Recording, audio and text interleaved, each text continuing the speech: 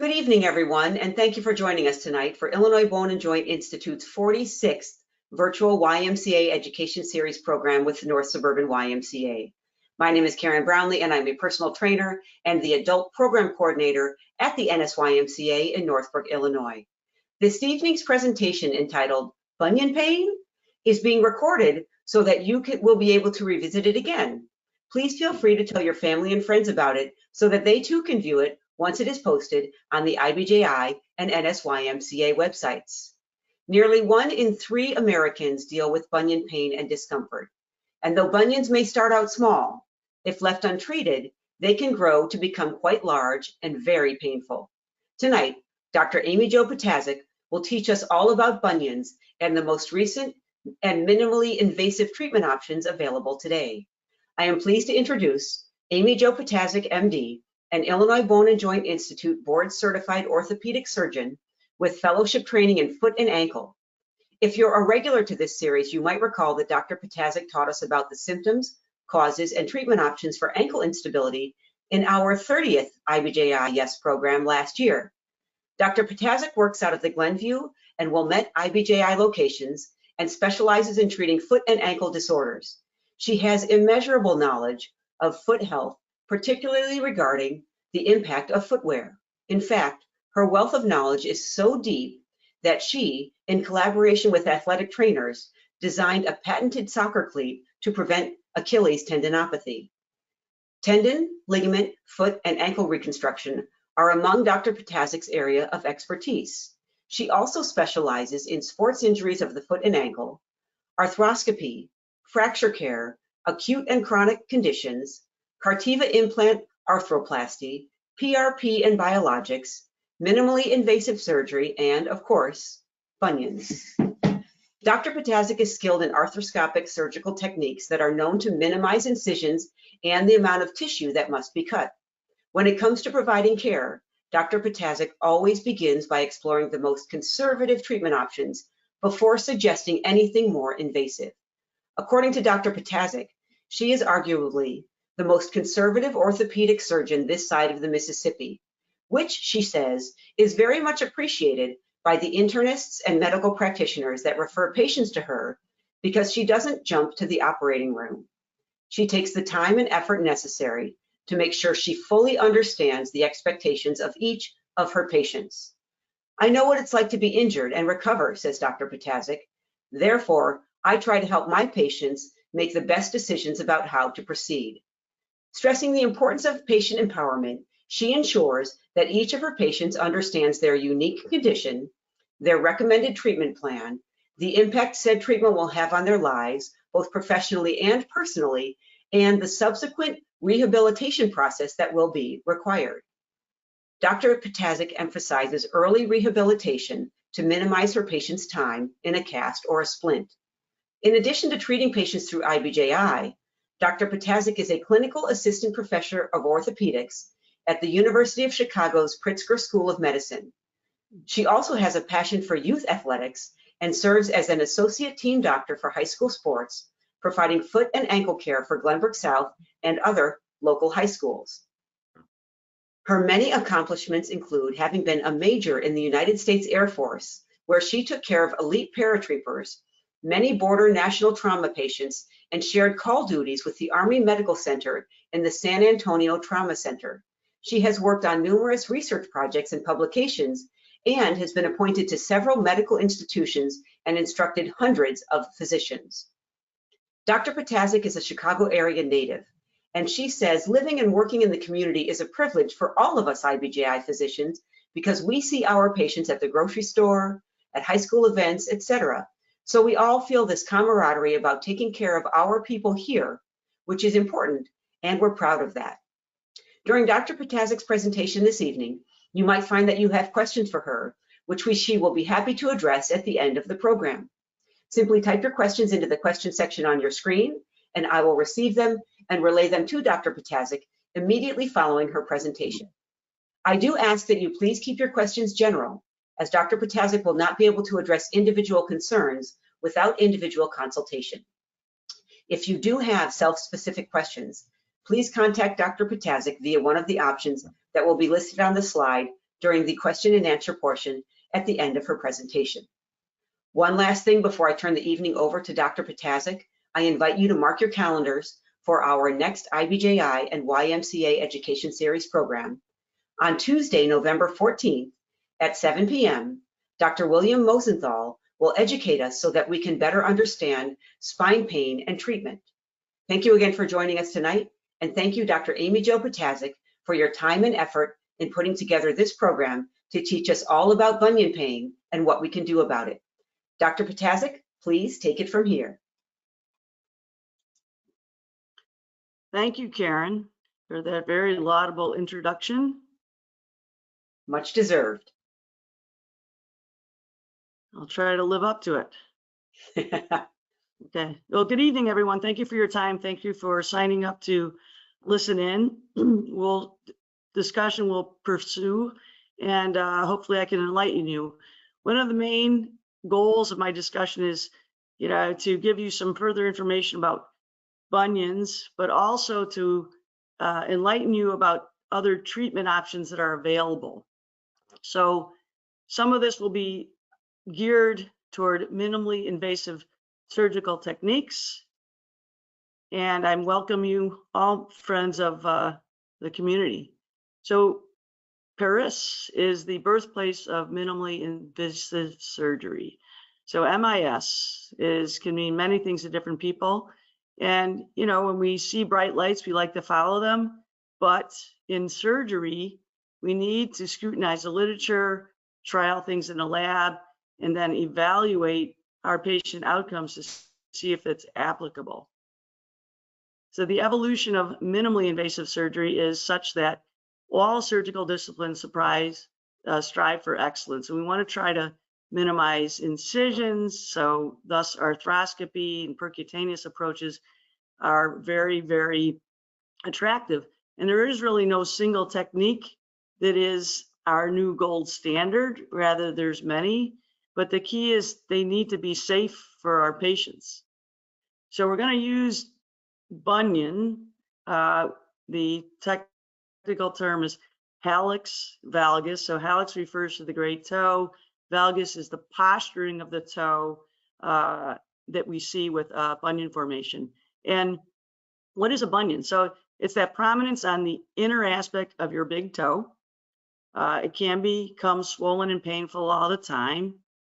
It's a very, very common malady, if you will. Oftentimes hereditary. It can be hastened by poor shoe wear, but in this modern time, I mean the last 50 plus years or so, most shoes are much more accommodative, and generally I feel that the major mitigating factor for developing hallux valgus is more hereditary. So there's a tailor's bunion can often be confused or either found in addition to a bunion on the medial side. So the lateral side, the fifth toe, that has a little bit different origin, but nonetheless, we take that into consideration. So this is what a bunion looks like. So a bunion, if you look at that left foot, there's a view of left and the right, you can see that enlarged prominence, okay, and also the posturing of the toe. The right side has a very, very similar issue, only it's not as pronounced. What you'll also notice, sorry about flipping back and forth, is some other concomitant pathology that occurs with bunions, and one of them is a flatter foot. So flat feet are by far much more common, and in fact they're much more common than higher arch feet. So we no longer grade them as pathologic, but we do know that bunions are a little more common in patients who have pes planus as a fat foot. And you can see in this picture, this is the sagittal or the side view of the previous x-ray that I showed you, and you can see this patient's enlarged bunion, and you can see that the big toe looks a little bit rotated. That is part of the pathologic process over time. That toe didn't start that way. This foot came out of the womb neutral, and this progressed over time. This is what a bunion looks like radiographically.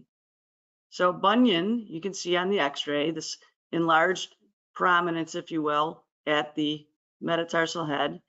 These two bones here, if we were in a classroom, I'd ask you to raise your hand to identify them. They're called sesamoids. So these two bones, the medial and lateral sesamoid, sit on the bottom of the foot. And this metatarsal head generally sits on top of them. So sesamoid bones, your patella or your kneecap is a sesamoid bone as well. They are bones that are encased by tendon, in this case, flexor tendons, the brevis, flexor brevis tendons for the big toe. And as the great toe rotates over time and the toe rotates in or pronates, if you will, these sesamoid bones become uncovered and they no longer can perform the role as a shock absorber. So one of our goals radiographically, when we are surgically correcting bunions, is to try to replace the metatarsal head on top of the sesamoids, in addition to other aesthetic work we do with the actual toe. So when we're looking at this x-ray, okay, the angular deformity between the first metatarsal and the actual toe is called the hallux valgus angle, HVI. And then the angle between this second metatarsal and the first ray is called the intermetatarsal angle. And as you can see, you know, the angle between the second and third is neutral, right? This is increased. So this is one way we categorize academically in the literature our corrections in the severity of deformity. Increased hallux valgus angle and increased intermetatarsal angle. So what are the symptoms? Well, many of you probably have them, or you might not be signed up for this webinar. So just kind of abnormal shoe wear. You can see one side might be larger than the other, kind of rubs on things. You might notice that when you wear flip-flops that your great toe kind of sags over that medial or the inner margin of the sandal. It's kind of awkward, right? Sometimes you can get more callosity on the big toe, at the tip of the big toe or on the inner side of the big toe. And then, you know, aesthetically, it looks a little different. Might not always be painful, but it can. So prevention is, again, in this modern era, most of us wear good shoes. We buy good shoes for our children and that sort of thing. Certainly you can wear heels and wedges and things like that. And, you know, these days, if you will, COVID made us all relaxed in the workplace, relaxed socially, such that we're not uber concerned about wearing pumps and things like that. However, I wouldn't mention that they are a profound cause these days of bunions. They contribute to pain if you're kind of developing them. So what are the treatments that we outline? Well, initially it's conservative treatment, and you know, you can yourself gauge how much distress you're having, which shoes are better for you or not with regard to sneakers and softer leather or, you know, forgiving kind of mesh type shoes. But then sometimes discomfort can continue and you say, well, you know, I just kind of want to check this out, you know, or is this something that can be remedied surgically successfully? So if you have, you know, increasing pain, increasing deformity, if you've been wearing wider comfortable shoes and you're still having distress, and or the most compelling presenting factor for a lot of my patients is they'll start to have issues with their second and third toe. They'll say, oh, it's irritating or it's rubbing on the great toe. So some other things that we evaluate when you present are not just your clinical exam, but radiographically, do you have arthritis? Is that a compelling factor in what's going on here? Is that contributing to the deformity?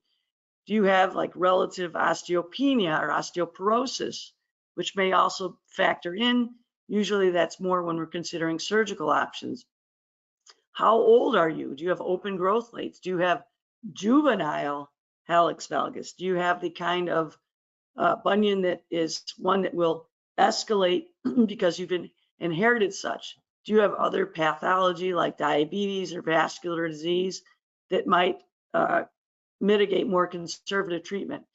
And the other kind of consuming factor these days is, are you hypermobile? Do you have joints that have more motion than normal? And sometimes when that's the case, we are more initially conservative, but then when treating it surgically, we become more aggressive because we want to make sure it doesn't recur. So you get to this point, you've gone to see a practitioner, you've got to have your x-rays, you have some kind of hallux valgus, it's kind of, mild, moderate to severe. And then your surgeon is speaking to you about, what to do and what are the options. There are a plethora, and if you look in the literature, there's over 100 different variations of bunionectomies, of bunion procedures, of surgical procedures to address bunions. And there's data and literature to support pretty much all of them through time. So we try to decipher, well, what are the best ones? What's appropriate? What's inappropriate? What's failed? Based on the fact that there are still a number of these procedures being performed, ranging from a lapidus procedure with a first metatarsal cuneiform arthrodesis, here, midfoot arthrodesis, fusion, that's more for arthritic stuff. The Aiken osteotomy is a closing derotation osteotomy for the big toe to try to get it back again over those sesamoids that I mentioned earlier. The modified McBride procedure, that's a soft tissue release, and that's usually combined with other procedures. A great toe arthrodesis, which means fusion, freezing that big toe so that it doesn't move anymore, but then it cannot have a recurrence of the bunion deformity. But again, then the toe doesn't move.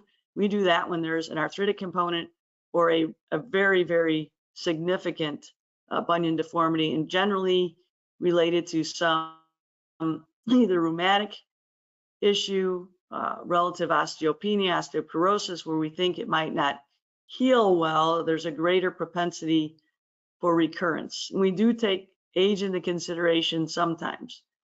There are other cuts in the bone that we think about.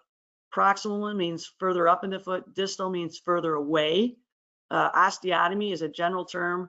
It can be used anywhere in the skeletal anatomy, which means cutting the bone and shifting it in some manner, and then putting it in a proper position. Scarf osteotomy, that's another, this is a carpenter's term, scarf, which is a long cut in the bone that's meant to shift it. A chevron is another kind of V-shaped cut in the bone to shift and get it over to where it should be better suited over those sesamoids. So this is an example of,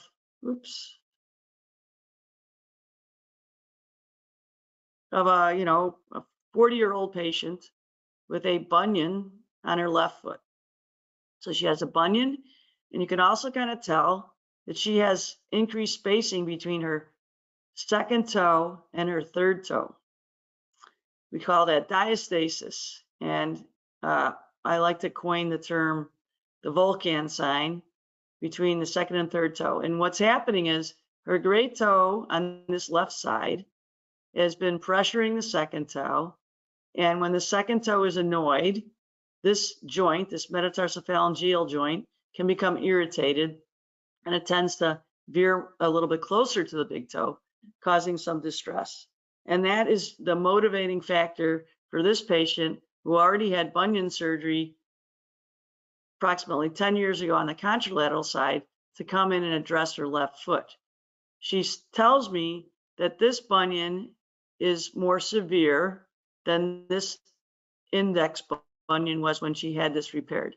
This post-surgical radiograph is of a scarf bunionectomy. And this is a long cut, and you can see kind of the flare where this shaft of the metatarsal looks different than here.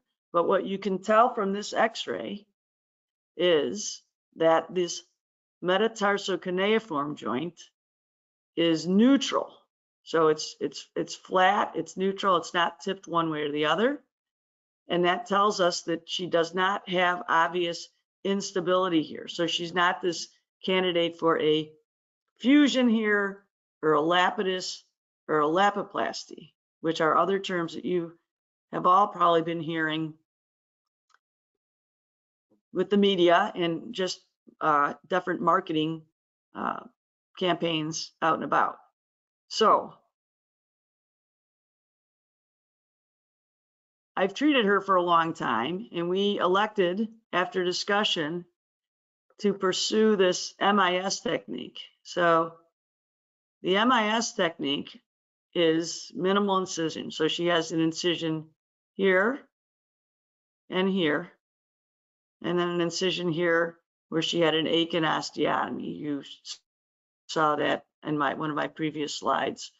So this is about 6 months after her procedure, and of course this is her side from previous.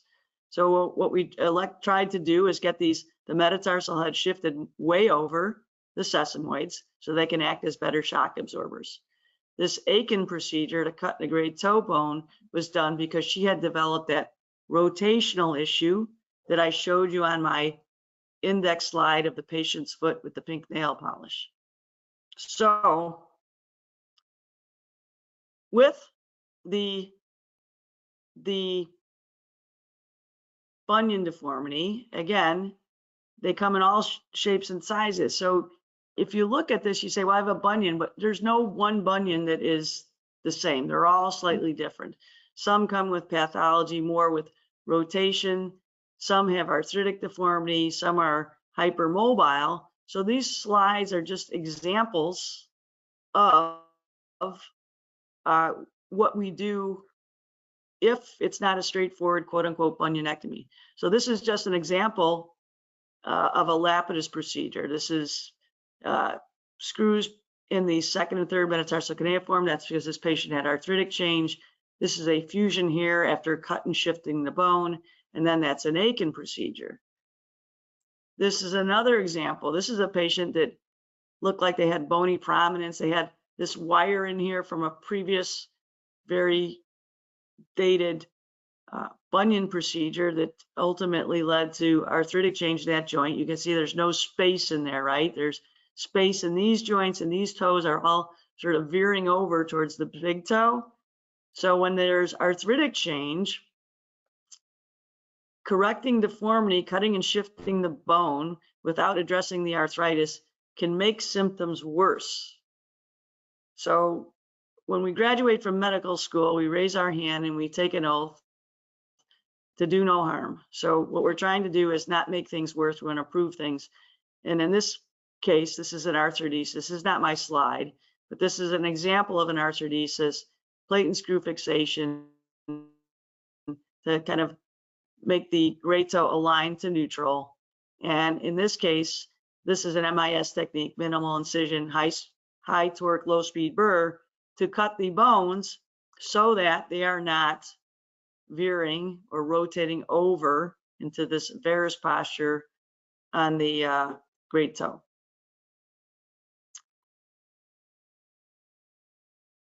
So other important things that we consider, of course, when we're discussing whether or not to pursue surgery are your activity level. I mean, everybody's active, right? That's what it's all about. And, you know, my partners and I have this phrase, we say pickle, paddle, tennis, golf. That's the package.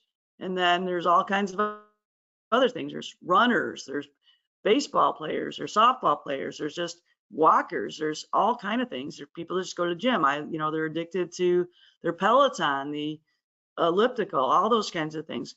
We want you to remain active, but we take these things into consideration during your recovery time. And again, when you're planning anything surgical, what are the work considerations, right? Do you have a sedentary job? Do you work from home? Do you have to travel? Are you commuting? And what other family obligations do you have? How many children are at home? Who can help you out? Do you have a supportive, you know, roommate, spouse? Do you have to worry about your parents, your kids, pets? I mean, I think that 20% of the time that I'm consulting with a patient about surgery, we have to give consideration, like, who's going to walk the dog early on. So those are real things, and we understand and we're empathic about that. The other issue is, there's no law on the books that says you cannot drive after bunion surgery, but 3 to 4 weeks post-operatively, if you have surgery on your right foot, you really shouldn't be behind the wheel. There definitely are laws that restrict driving with a boot on, specifically if you had an ankle fracture, but foot stuff, not so much. I just think it's prudent not to. What precedes your procedure? Again, thorough discussion, especially about which procedure you're selecting. Is it going to be a fusion?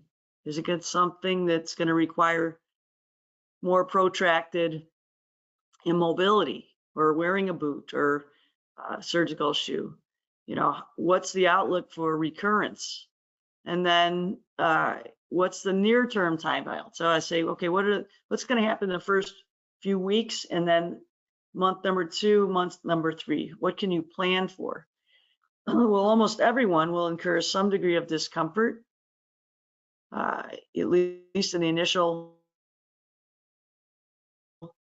week or so. Most of it's managed pretty well by NSAIDs, but we also have a number of patients who can't tolerate ibuprofen products, Advil, Aleve, Motrin. So, we make accommodations for that, and we plan. Everyone gets swollen. No matter what you have done on your foot, you will have some degree of edema. There will be some stiffness, mostly because you're immobilized for a period of time, letting the soft tissue rest so the incisions can heal. Therapy is not always a requirement, but sometimes it's necessary to help you manage through the stages and regain your normal gait.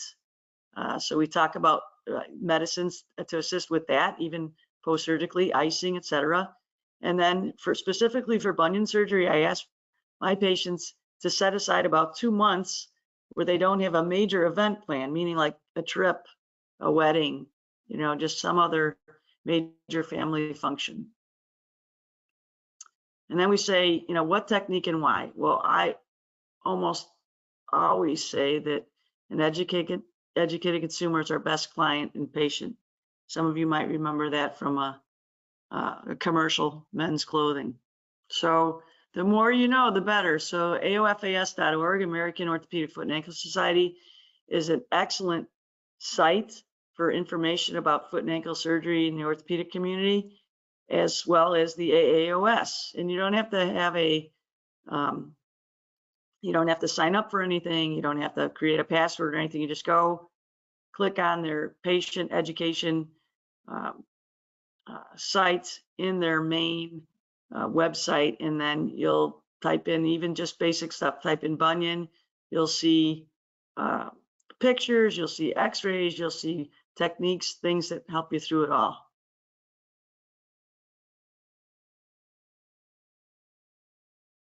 So one thing I do want to consider and just draw attention to, especially since what we've all been through in 2020 and lingering effects through now, is anxiety and depression. It affects everyone, all walks of life, all ages, but we know that has a definite impact on results, okay, and pain.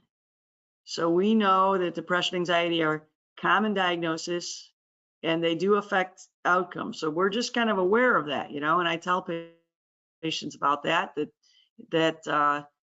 some of the perioperative issues can be more impactful if you have, clinically diagnosed anxiety, depression, and or if you don't know about it. So we talk about all these things, just so you know. So then what am I doing to prepare for your procedure? What am I doing? Well, we're not rubber stamping anything. This is the whole deal. There's so many procedures. We have to filter through what's the right thing for you. And then we want you to be on board and act as a partner in what we're going to proceed with. So again, educating you and you getting other information, asking questions is very important. So we want to know, is there going to be, what problems do we look forward to with whatever technique we're choosing?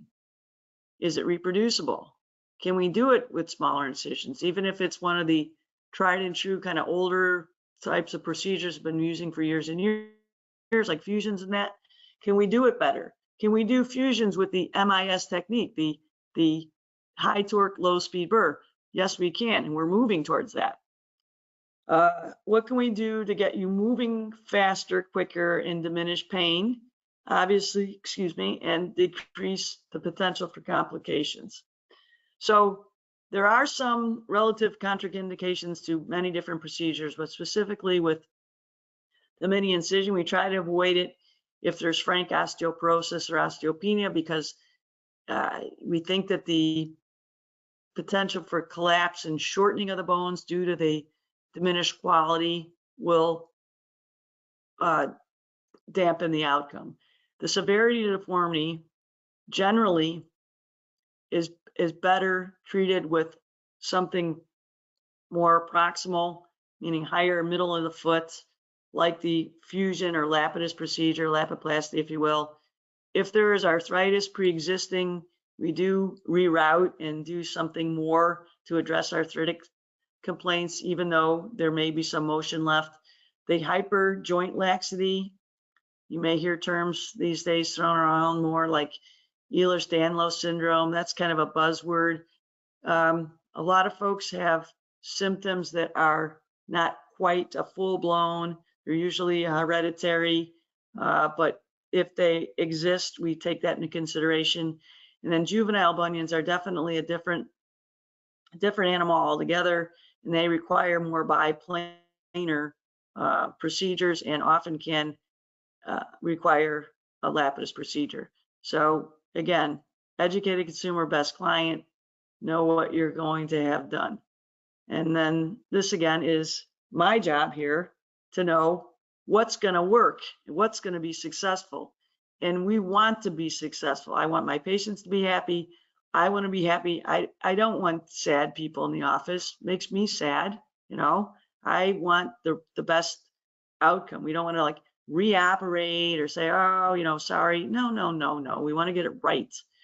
So when we're looking at different procedures, we say, well, which ones work best, right? So when we compare, we can say, well, does the MIS compare well to our standard chevron procedure, Aiken? And it does. Now, we must say that the MIS, minimal invasive surgical stuff, has not been in vogue, if you will, and employed for 15 and 20 years. So there are more studies that need to be done to evaluate such. The advantages of the minimally invasive surgery is, as you can say, minimally invasive, right?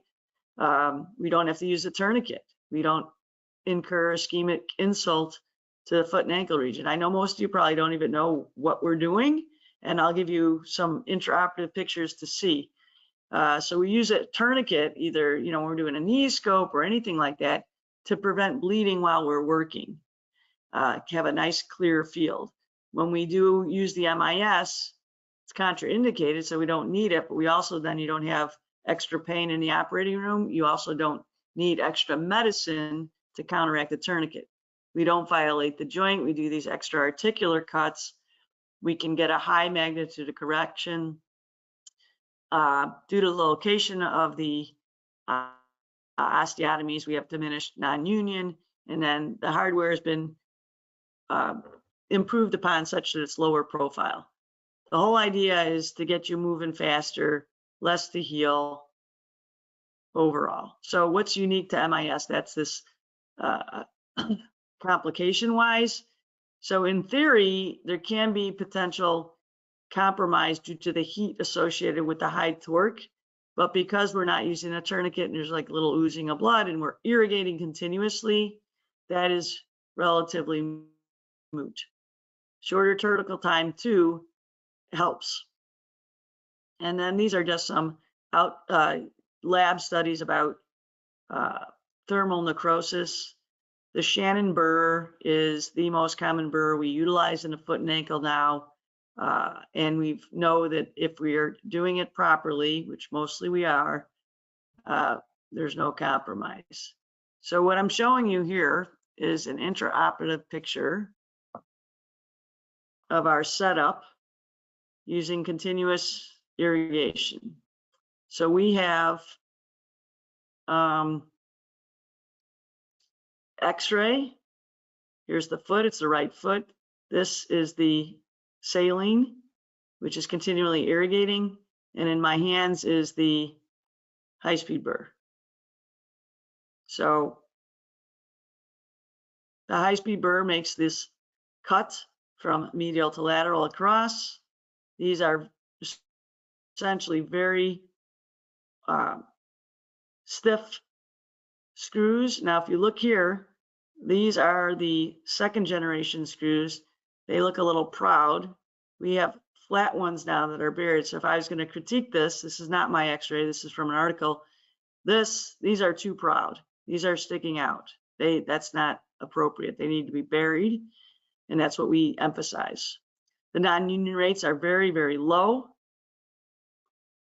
and there are very rare neurovascular or tendon complications, and that's generally true for any bunion procedure. The most common complaints after bunion procedures are swelling and stiffness.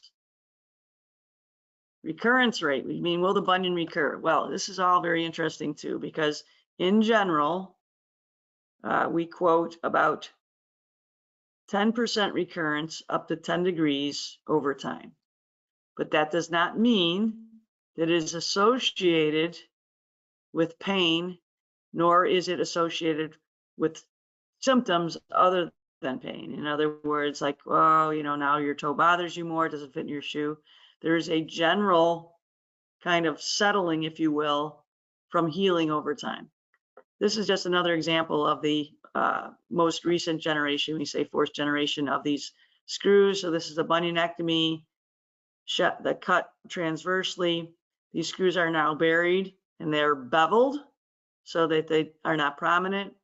An Aiken osteotomy, and then this is a screw instead of a K-wire or a pin sticking out of that fourth toe.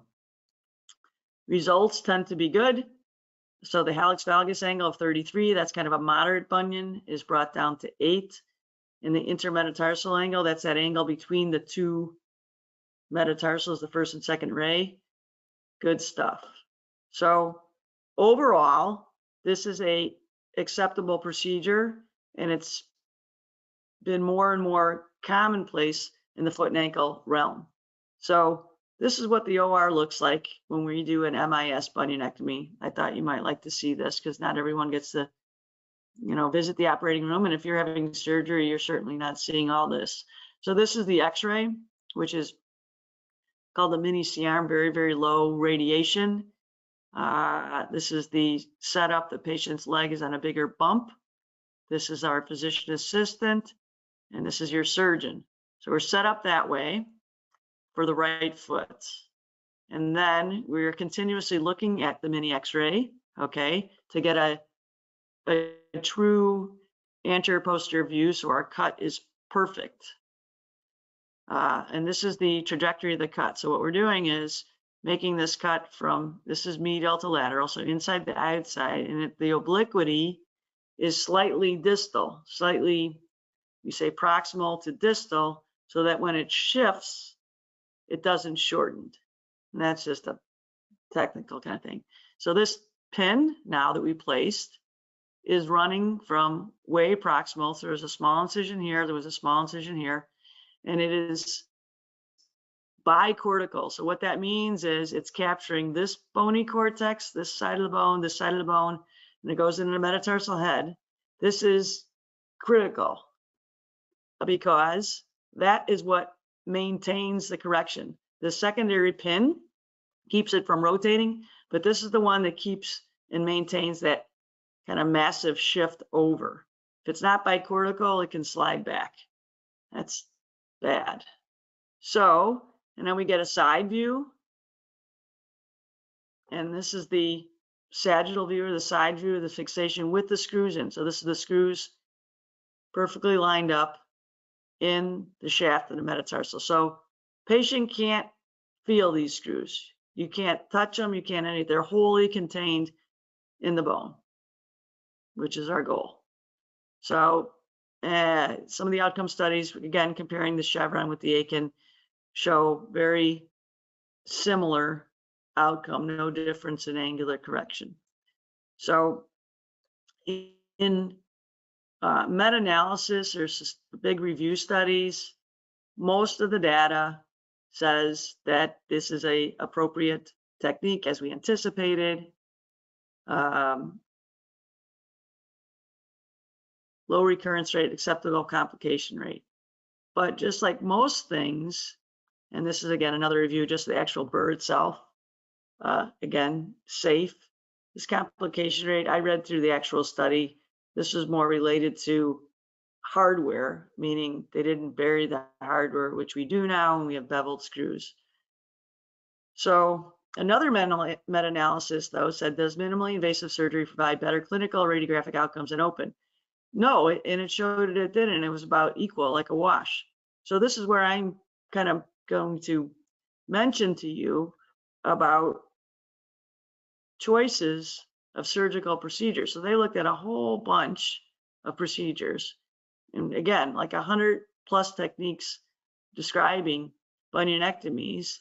And when we looked through this and they were comparing the MIS technique with other forms, you know, the outcomes didn't seem that much different. So what is the best one? Well, the conclusion is there isn't one best one, but there's a most appropriate one for your foot. Okay, and that's the thing we take into consideration. So there's where the discussion lies.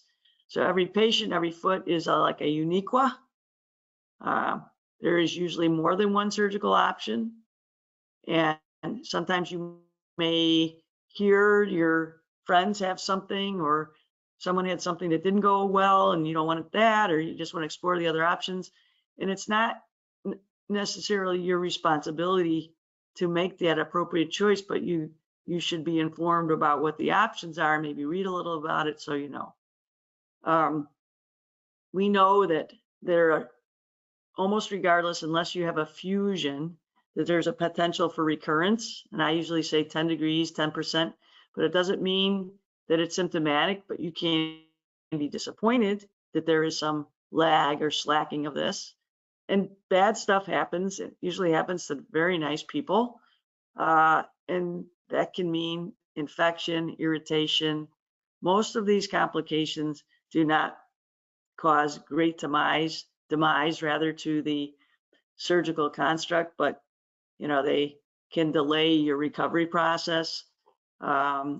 We use screws that we don't intend to remove. Everything we do is, you know, to get you back to what you're doing.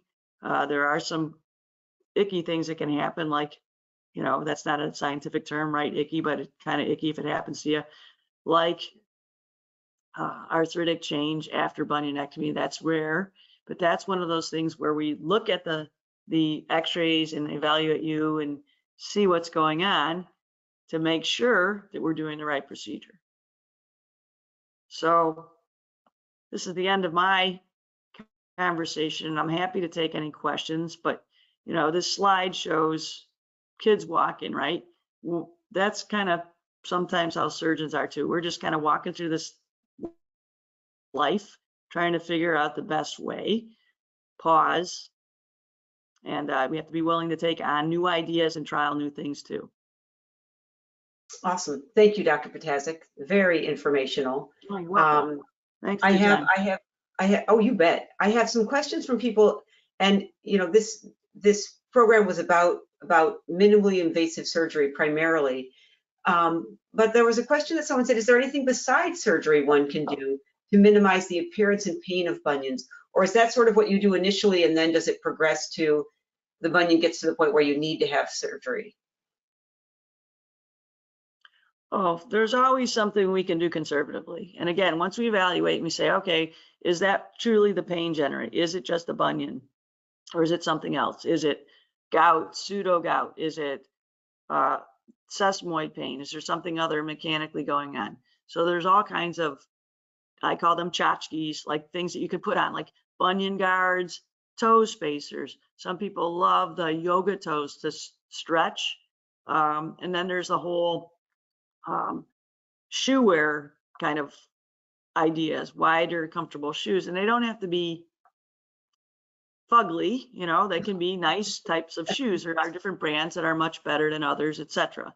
So even a simple intervention like wearing an arch support can definitely take off stress from the bunion. And, you know, if you develop some other kind of cystic change around it, sometimes you can have an aspiration or an injection. If your bunion is atypical and we think, gosh, how is that possibly causing this much distress? Sometimes we'll do advanced imaging to see, like an MRI or CT scan. Got it. Okay, thank you. And you mentioned shoes. Are there any brands of shoes that you recommend for feet with bunions, or any types of shoe wear? You mentioned mesh that you could share with people. Yes.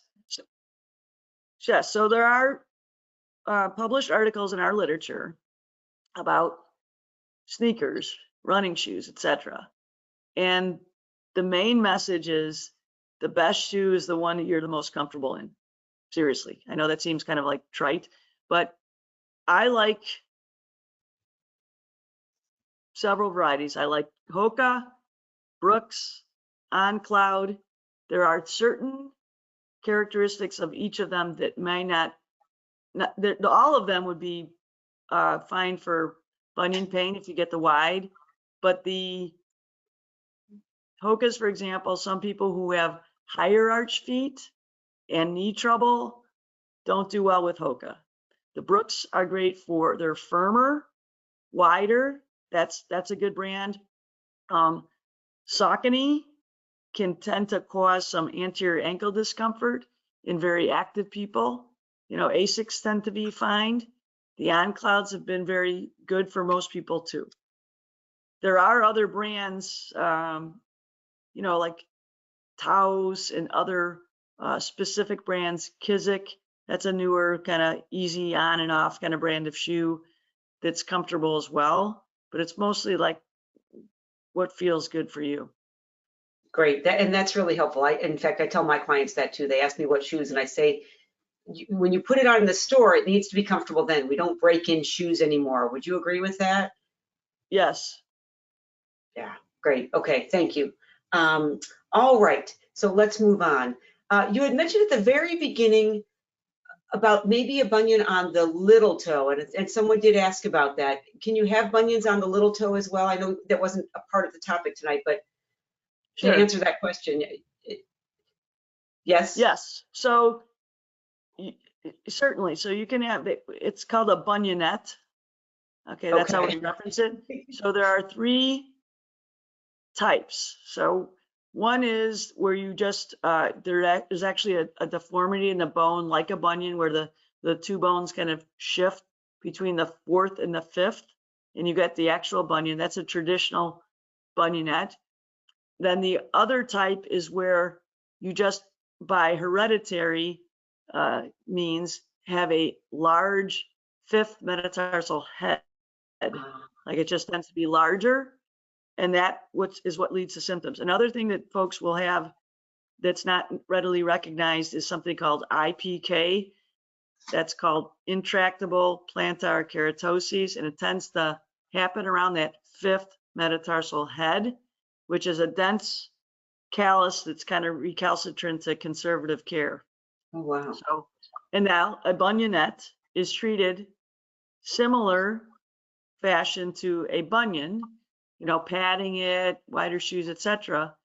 But if it's, you know, it's causing too much pain, or you get the bursa and thickened tissue and stuff, we basically are doing like a reverse bunionectomy on the 5th toe side. That is actually a very kind of speedy recovery process. Oh, great. Okay, good to know. Thank you. Okay. Someone asks, Does a hammer toe affect the need of surgery for a bunion? My comment about the hammer toe is, I mentioned that early on, often patients will tolerate their bunion until the second or third toe starts to cross over. And then they come in and he's like, well, my hammer toe bothers me, but my great toe doesn't. So then it's a little bit of a situation. It's a little perplexing because we like to say, well, you should fix them simultaneously. So that's where other factors come into play, like age and the degree of deformity. Sometimes we'll say, okay, well, if you don't want to tolerate the few months recovery required for the bunion and the hammer toe, we can do the hammer toe correction and do sort of a lesser bunion procedure, more soft tissue release, and then a smaller osteotomy to the big toe itself, but with the understanding that that's not the complete correction. So sometimes that's palatable to people and they just say, hey, I want to do that. Or that's the only thing that bothers me. I don't care about the bunion. Got it. Got it. So you really do, like you said, you work with your patients to talk about what is going to be best for you. And do you find, someone asks, do you find that pain is what tends to drive people to end up deciding to have surgery?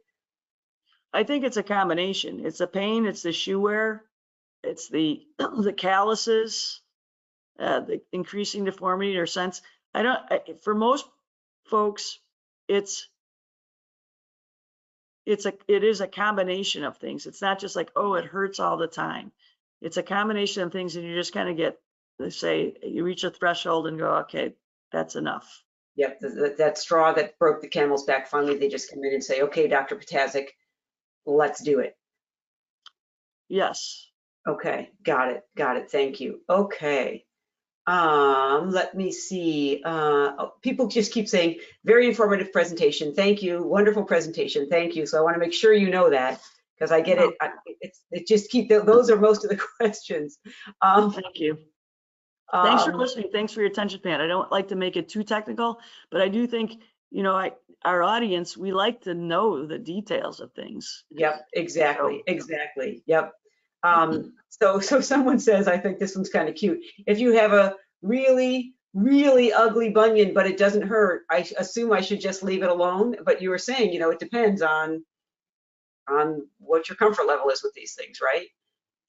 Yes, and sometimes, usually I will say, well, just leave it be. I understand though, and it depends if it's on both sides or just the one side. And just because you come to visit a surgeon, that doesn't mean you're gonna sign up for surgery. Sometimes just coming in and looking at it and seeing and knowing what it is or knowing what's involved, you walk away and you're like, okay, so now I know what's involved. And if I ever choose to do such, I'm ready or not, and usually I'll say, you'll know when you're ready, you'll know. Yeah, got it. That makes sense. And more people are saying, we keep seeing these different advertisements on television. Oh my gosh, advertising, yes. Yeah. But basically come to you so that you can understand what's best for me, right? Right. We'll get there. Most people will give you the skinny on everything, but there's all these, like the industry generating marketing things, techniques, screws, plates, things like that. But it all boils down to very similar basic tenets. So, but you should be given information about kind of like all of them. Yeah. When you visit with a surgeon. Yeah, got it. And something that you see on TV may not be at all applicable for you and your particular bunion situation. Correct. Yeah. Okay, great. Thank you. Someone asked, is surgery permissible for patients with mild lower periphery stenosis? Maybe like peripheral neuropathy? It says stenosis. Okay, I'll say this. So spinal stenosis is one thing. Maybe vascular claudication, it depends. So if you have a process and we're worried about your blood flow or something, we can study that via arterial Doppler exam to make sure your perfusion and your healing potential is there. So that can be appropriate and not a contraindication. Great. Peripheral neuropathy, there is not a contraindication for. There are certain things that are associated with it that we take caution about, but that's not a contraindication. Great, great. Thank you. Thank you. All right. I think I have covered all of the questions that aren't too, oh, here's a new one. You mentioned toe separators and bunion braces as options prior to a surgical procedure.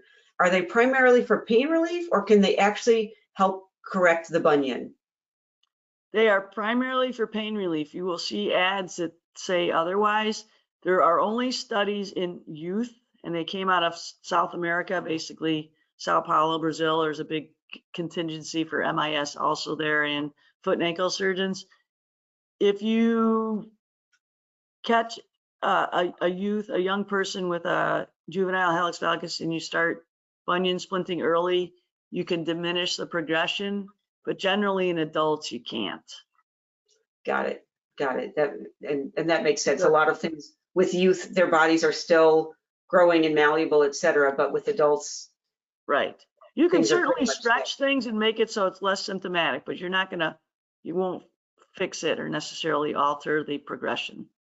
Gotcha. Okay, great. All right. Dr. Ptaszek, thank you so much for your time and for answering all of these questions and for giving us such great information tonight. Again, if you have very specific questions, please, Dr. Ptaszek's information is here on the screen. Visit her in the office, reach out to her, and she'll be able to help you get where you need to be. Dr. Ptaszek, thank you again. Thanks everybody for joining us tonight. Have a great evening, and we'll look forward to seeing you next time. Thanks everyone. Bye. Bye-bye.